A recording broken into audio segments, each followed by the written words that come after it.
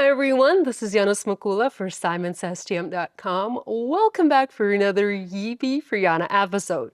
In this video, I'm creating cards, quick and easy cards with 3D embossing folders, and I'll show you three options from a basic to a medium and a more advanced card design.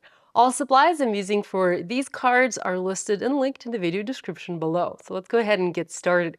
This is a look at the embossing folder I will be using today. This one is from Simon Says Stamp, and this is the embossing folder and cutting die Fancy Rose Bouquet.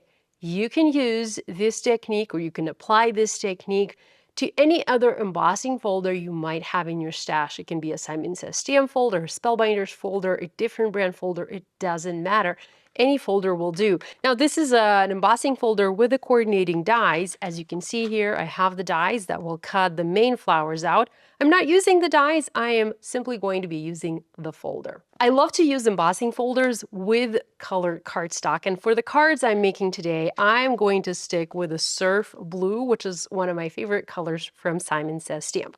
Now this particular folder is designed to create cards that are A2, so 4¼ by 5½ inches.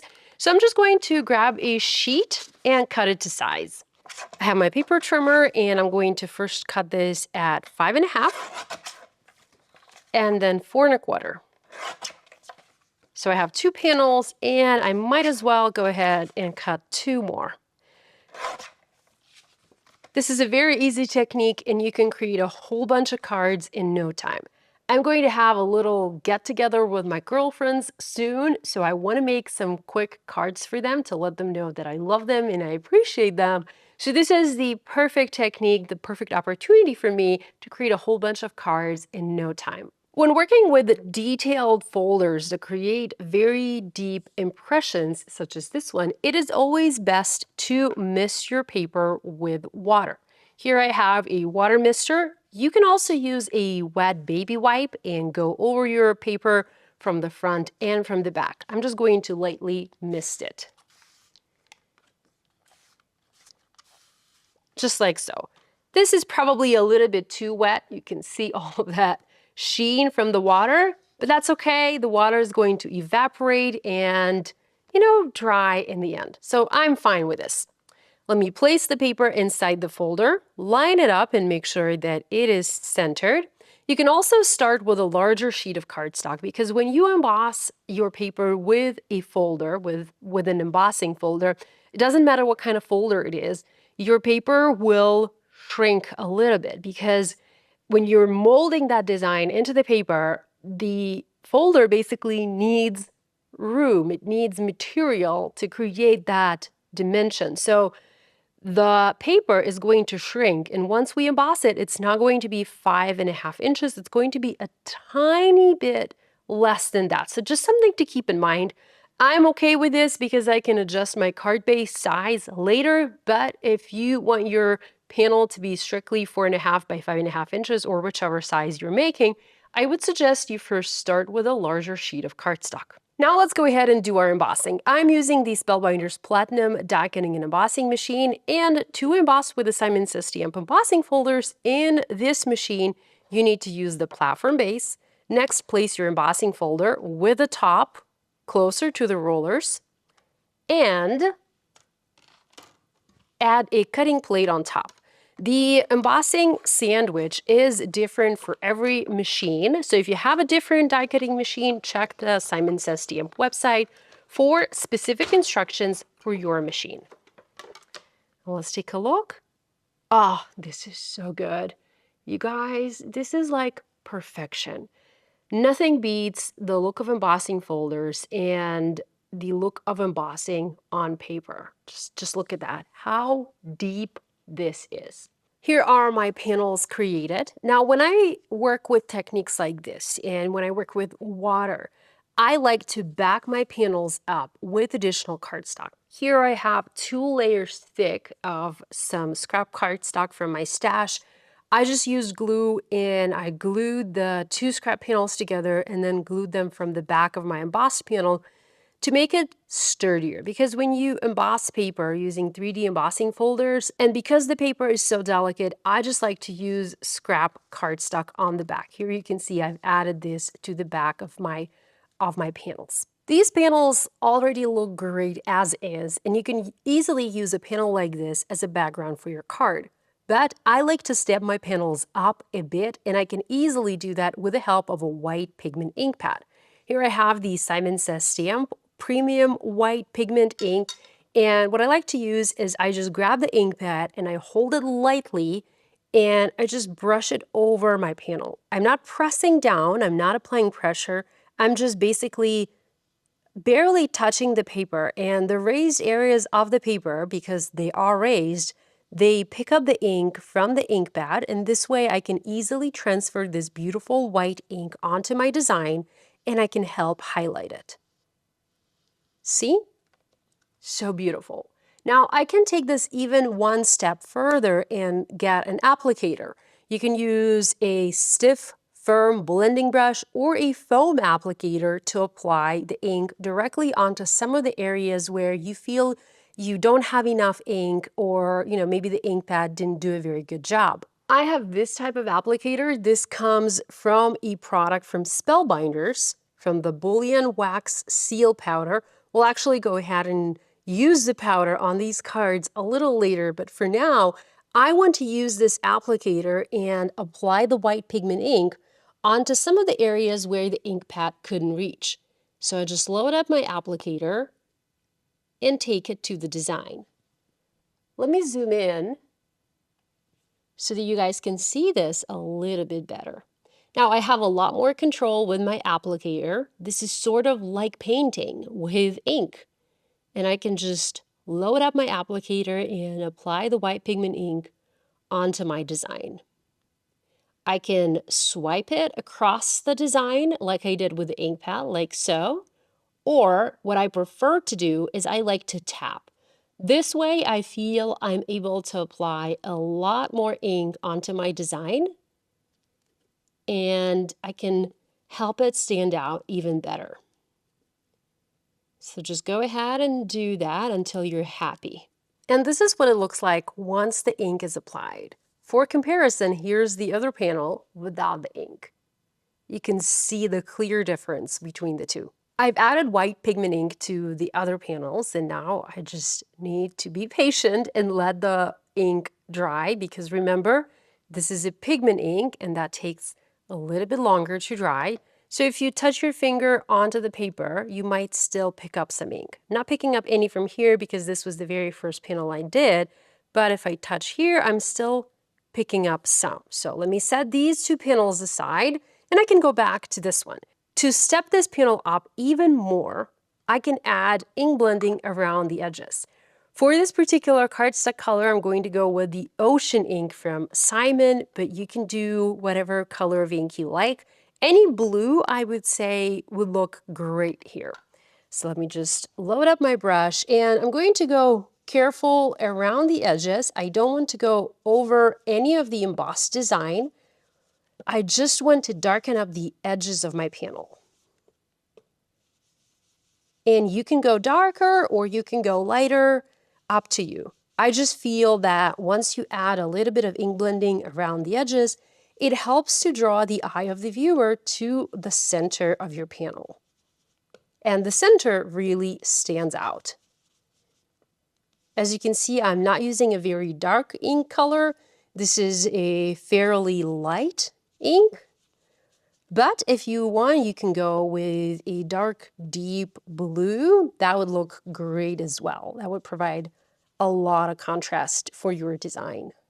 And if you happen to go over any of the embossed areas with your blue blending brush, you can go back to the white pigment ink and your little ink applicator and just reapply the ink, the white ink, gently over the raised area. So here we go. Here's a look at this panel. And lastly, what we can do is we can use the Bullion Wax Seal Powder and highlight the flower centers, just to add a little bit of extra sparkle. You can use lots of different products for this. You can use perfect pearls for this. You can even try and maybe use some texture paste, like glitter paste, and apply a little bit with your finger to the inside of the flower. So experiment with what you have and see if you can find something that would make a good alternative if you don't have this particular product.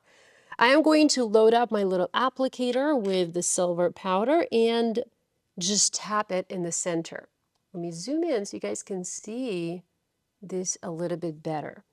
Okay, so load it up and just tap on some of the flower centers. This is just going to add a little bit of subtle sparkle and shimmer to the inside of some of these flowers. I'm not adding this to every flower. I certainly don't want to have, too much of this, but definitely adding some here and there where it makes sense. I'm also so there's gold and silver, and I figured because these cards have a blue tint to them, or they're rather colored blue, I decided not to go with gold. I decided to go with silver, even though gold and blue always make a fantastic color combination. But for these cards, I figured silver would be a better option. My 3 panels are finished, and I have adhered them onto A2 top folding card bases. I did trim the card bases down slightly because they were just a little bit too long here at the bottom. Like I mentioned, the paper shrinks when you emboss it, so that was kind of expected. And next, to create simple sentiments for these, I'm going to use my favorite Love Easy strips from Kathy Zilski and Simon. These are fantastic pre-printed sentiment sheets that you can cut into strips, and you have a whole bunch of sentiments in no time. These come with 4 sheets. I've already cut one apart, so I have 3 left, and these are identical. You can also get these in reverse, meaning you'll have, let's see if I have some to show you. These are not exactly the same, but these are like from a different set. But these would be the reverse. So you'd have the black printing in the background and the words would be white. And I love using those too for some of my cards, but for these, I wanted to use the white background cards. You can cut them apart using scissors or a paper trimmer, or you can use the special design dies or dies that were specially designed by Kathy to cut these apart. There are several different options. There are like regular rectangles, rounded rectangles, and I also have these slanted rectangles. So these are really, really cool, and they line up nicely over the words.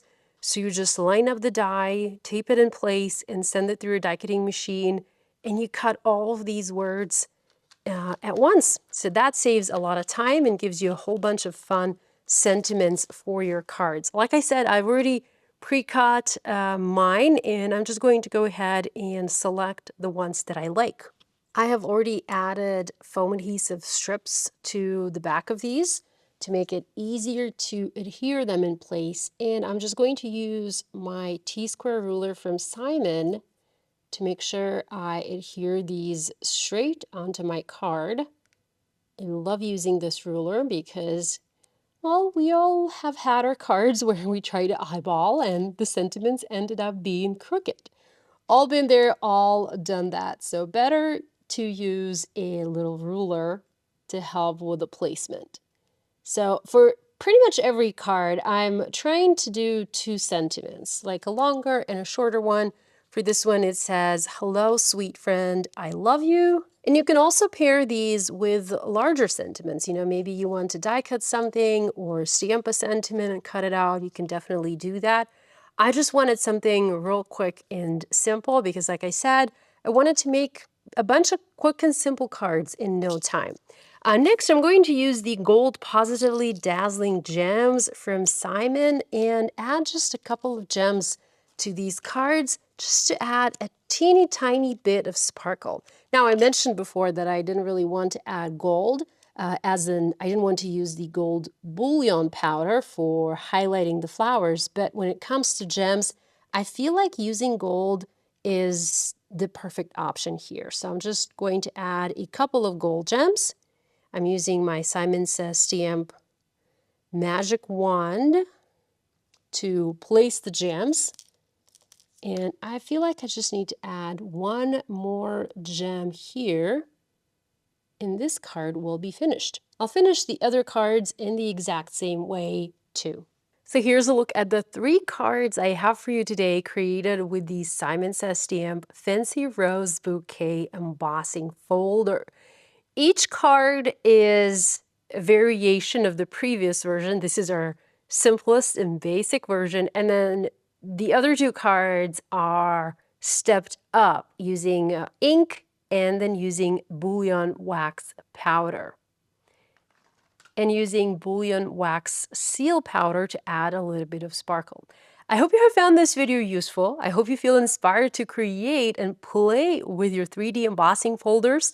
Maybe you'll just use the white pigment ink to add a little bit of highlighting, or maybe you'll bring in additional colored ink to add a little bit of blending around the edges, or maybe you will even dare to experiment with a wax seal powder to add a tiny bit of sparkle to your design. Whichever you decide to do, I hope you have fun, and I hope you enjoyed this video. Thanks so much for joining me today. Love you all, and I'll see you again next time. Bye!